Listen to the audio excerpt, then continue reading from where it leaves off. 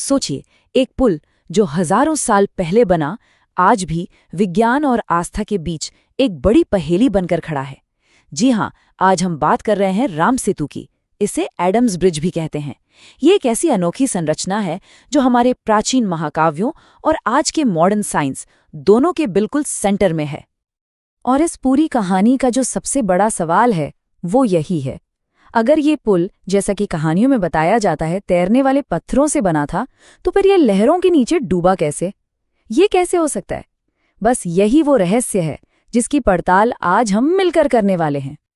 तो चलिए इस कहानी की शुरुआत करते हैं आज के दौर से, मतलब जब इंसान की नजरें स्पेस तक पहुंच गईं, क्योंकि यहीं से राम सेतु की कहानी ने एक, कह सकते हैं, एक बिल्कुल नया मोड़ लिया। इस टाइमलाइन पर जरा एक नजर डालते हैं। देखिए, 1966 में जेमिनी 11 मिशन ने पहली बार ऑर्बिट से इसकी तस्वीरें ली। फिर आया साल 1993 जब नासा ने इसकी डिटेल्ड सैटेलाइट इमेज जारी की और बस पूरी दुनिया में एक हलचल सी मच गई। और फिर हाल ही में 2017 में एक अमेरिकन टीवी शो ने अपनी साइंटिफिक जांच से इस बहस को एक बार फिर से जिंदा कर दिया। तो सवाल ये है कि आखिर अंतरिक्ष से ऐसा क्या दिखा? सैटेलाइट्स ने देखा कि भारत के धनुषकोडी से लेकर श्रीलंका के मन्नार द्वीप तक करीब 48 किलोमीटर लंबी एक पतली सी लाइन बनी हुई है। ये असल में चूना पत्थर के शोल हैं, मतलब पानी के ठीक नीचे जमीन के उथले हिस्से जो एक चेन की तरह जुड़े हुए हैं। लेकिन कहानी में असली ट्विस्ट तो अब आता है, एक बहुत ही दिलचस्प और कह सकते हैं रहस्यमयी मोड़। जब आर्कियोलॉजिस्ट्स ने इसकी जांच की तो उनके हाथ एक ऐसी पहेली लगी जिसने सच में सबको हैरान करके रख दिया। जांच में ये पता चला कि स्ट्रक्चर पर जो पत्थर या चट्टानें रखी हैं वो करीब 7000 साल पुरानी है। लेकिन सबसे हैरान करने वाली बात ये थी कि ये पत्थर जिस रेत के ऊपर टिके हुए हैं वो रेत सिर्फ 4000 साल पुरानी है। इसका मतलब क्या हुआ? मतलब ये कि पत्थर अपने नीचे की रेत से 3000 साल ज्यादा पुराने हैं। ये कैसे हो सकता है? ये एक बहुत बड़ी साइंटिफिक पहेली है।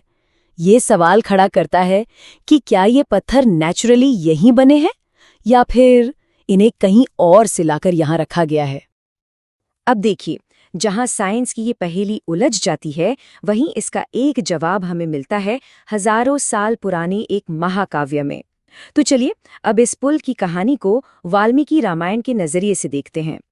वाल्मीकि रामायण में लिखा है कि जब भगवान राम को माता सीता को बचाने के लिए लंका पार करना था, तब उनकी वानर सेना ने इस पुल को बनाया था और इसका नाम नल सेतु रखा गया, क्योंकि इसके जो चीफ इंजीनियर थे वो महान वास्तुकार नल थे। और जरा सोचिए, ये कोई छोटा मोटा कंस्ट्रक्शन नहीं था। रामायण के मुताबिक इसे सिर्फ 5 दिनों में पूरा कर लिया गया था। इसमें सही जगह चुनना, जबरदस्त इंजीनियरिंग का इस्तेमाल और तो और पहाड़ों को लाने के लिए यंत्रों यानी मशीनों का जिक्र है। और पुल सीधा बने इसके लिए सूत यानी एक धागे का इस्तेमाल किया गया। ये सब उस जमाने की बहुत एडवांस टेक्नोलॉजी की तरफ इशारा करता है। तो चलिए अब वापस घूमकर अपने मेन सवाल पर आते हैं कि अगर ये पुल सच में बनाया गया था और इतना मजबूत था, तो फिर आज ये पानी के नीचे क्यों है? और यहाँ एक और दिलचस्प बात है। कई हिस्टोरिकल रिकॉर्ड्स ये बताते हैं कि 15वीं सदी तक ये पुल पैदल चलने लायक था, मतलब लोग इस पर चल के रामेश्वरम से मन्नार द्वीप तक जा सकते थे। तो फिर अचानक ऐसा क्या हो गया कि ये पुल डूब गया? अब इसके डूबने को लेकर ना 2 बड़ी थ्योरी सामने आती हैं।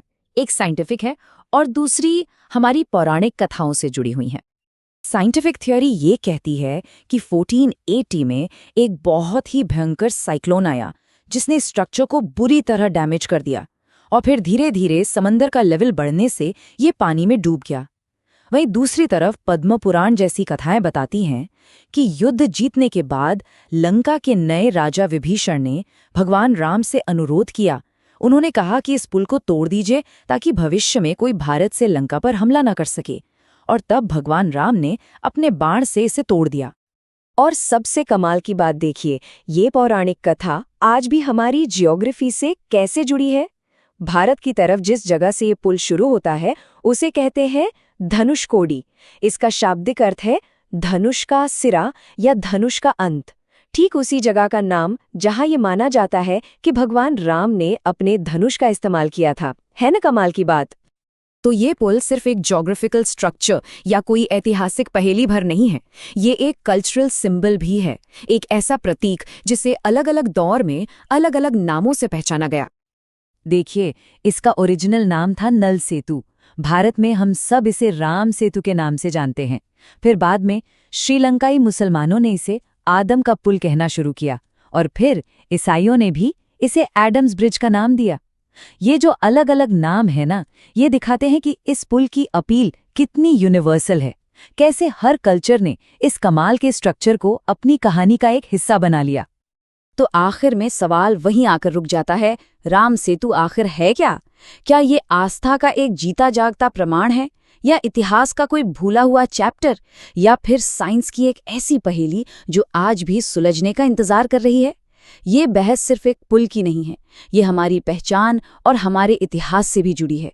और शायद इसका असली सच किसी एक जवाब में नहीं, बल्कि इन सभी कहानियों के मिलने पर ही सामने आता है।